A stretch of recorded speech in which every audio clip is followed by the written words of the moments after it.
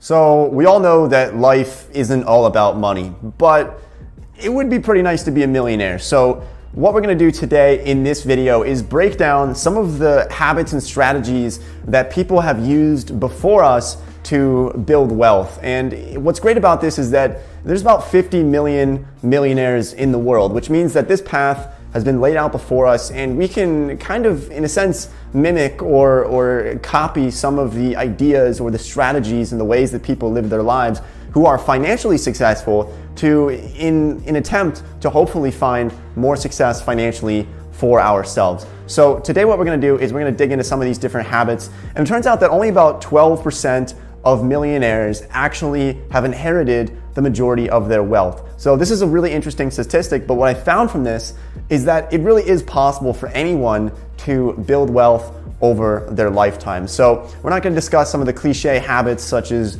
reading, eating healthy, exercising. We know those are habits that are commonly practiced by financially successful people, but let's talk about some ones that are a little bit different, some things that have helped me 10x my income, increase my productivity, and I found to be really, really valuable. So one of the first habits that I adopted was journaling. Now, I don't like to call it this because for the most part, 90% of what I write down on an everyday basis is primarily business oriented, but people have different reasons for writing things down. I think it's very important for people to essentially dump their thoughts and have them on paper somewhere written down. Now, there's a variety of reasons for this. One of them being that it helps with clarity when thinking about long-term goals, especially if you're trying to build wealth or you have specific goals for yourself in the coming years. By writing them down and having that there for yourself to look at, there can be times where maybe you have some struggles, maybe you have some problems or something that you need to overcome. You can go back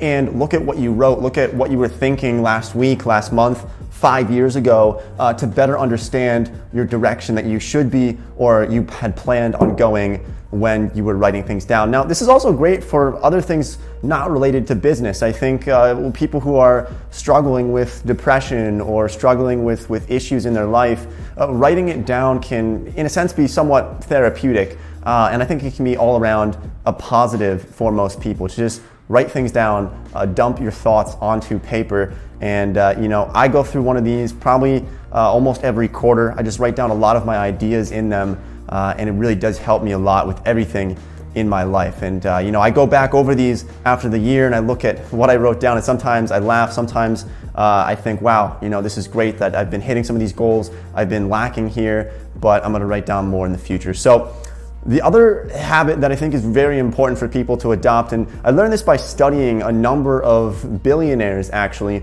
is to focus on producing instead of consuming when you find yourself with some free time. So a great example of this is most people, when they have some free time, maybe this is after work, maybe this is before work, or maybe on a Sunday, most people choose to consume content. Maybe this is Netflix or watching movies or finding some type of entertainment. Now, don't get me wrong, there's nothing wrong with this. I watch movies, even the most successful people in the world watch movies and TV, but what I found is that a lot of millionaires and billionaires will, with their free time, instead of consuming content, they'll focus on building skills. And this could be something as simple as playing guitar. But the difference is, if you're focusing on building skills in your free time, it's going to make you, in the eyes of the world, more valuable as a person because you have more skills. This could be reading a book an hour before bed instead of watching TV to increase your human capital. But it's something to build more skills and focus on always trying to be somewhat productive for the most part. You can obviously splurge a little bit and go watch some movies or watch some TV, but try to limit it in a sense so that you're always focusing on growing, learning new things, building new skills, and becoming more valuable as a person in the eyes of the world. So after reading a few books on Bill Gates, I learned that he likes to do something over his entire life, which is known as Think Week. So this is something that Bill does, who is, as you probably know, the richest man in the world. He just passed Jeff Bezos again to take his #1 spot back at something like $100 billion or more in his total wealth. Now, what Bill does is every week, every year, he will take a week and he'll go into a cabin somewhere, isolate himself from the world, and just spend that time thinking and reading about life and about ideas. But the purpose of this, from what I've learned, is to kind of take a step back from time to time. If you're focusing on goals or you're focusing on trying to grow in some way, sometimes it's important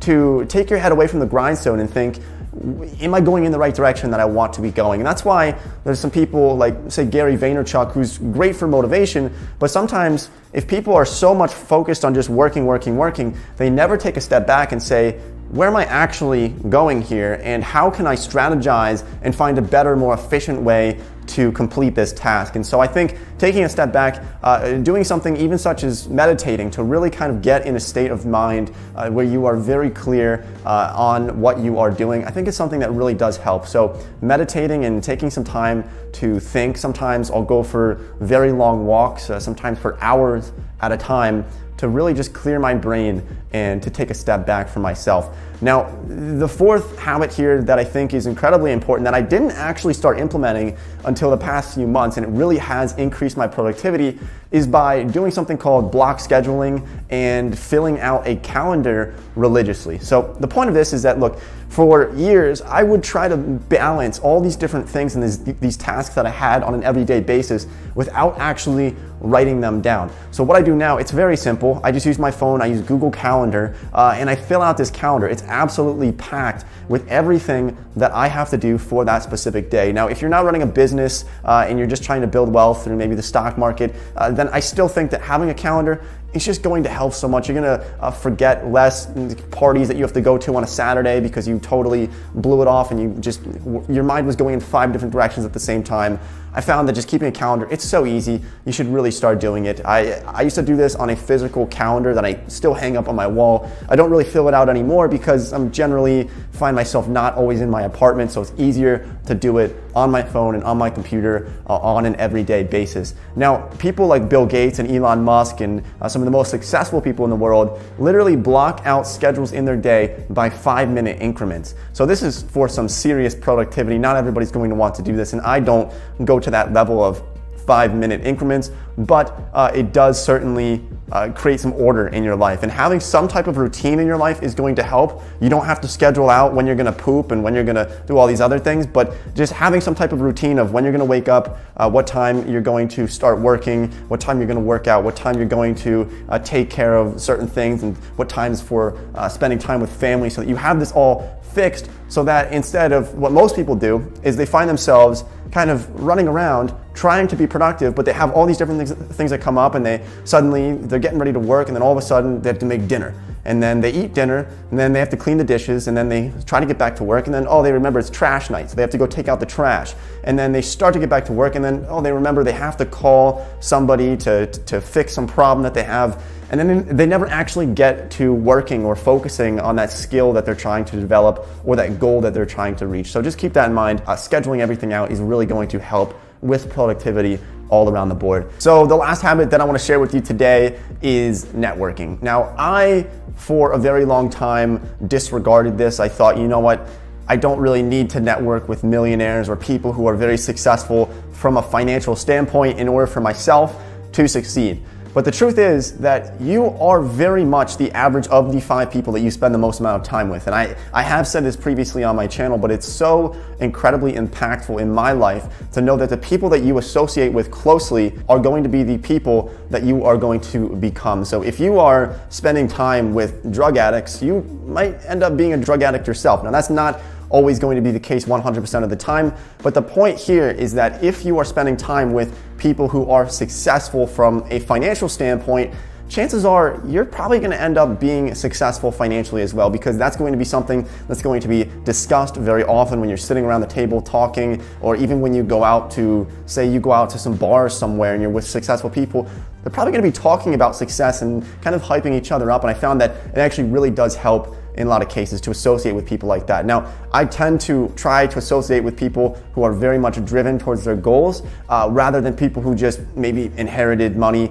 Spending time with trust fund babies, I don't find that to be very valuable very often, because they probably didn't really work for all their money, so it's difficult to relate to them. I like to focus on trying to connect with people who have made money or found success for themselves on their own. And I think that's just something that I really love to do. So a great way to do this, look, you can just go through your town and find people who are real estate investors. Start to talk to them, start to understand how did they start to do this. You can talk to people who maybe you have somebody in your family who is seen as the successful one in the family. Talk to them, ask if they can, in a sense, mentor you or show you how they did what they did.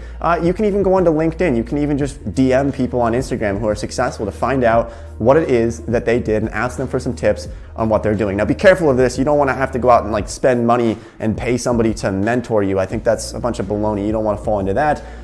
But that's my opinion on this. So those are some of the habits that I adopted that have increased my income tenfold in the past 2 years. And there's something that I really do am very passionate about. So thanks for watching the video. I really appreciate all the support. This channel is growing quite fast recently. So thanks for subscribing. Thanks for dropping a like on the video. And I'll see everybody in the next video.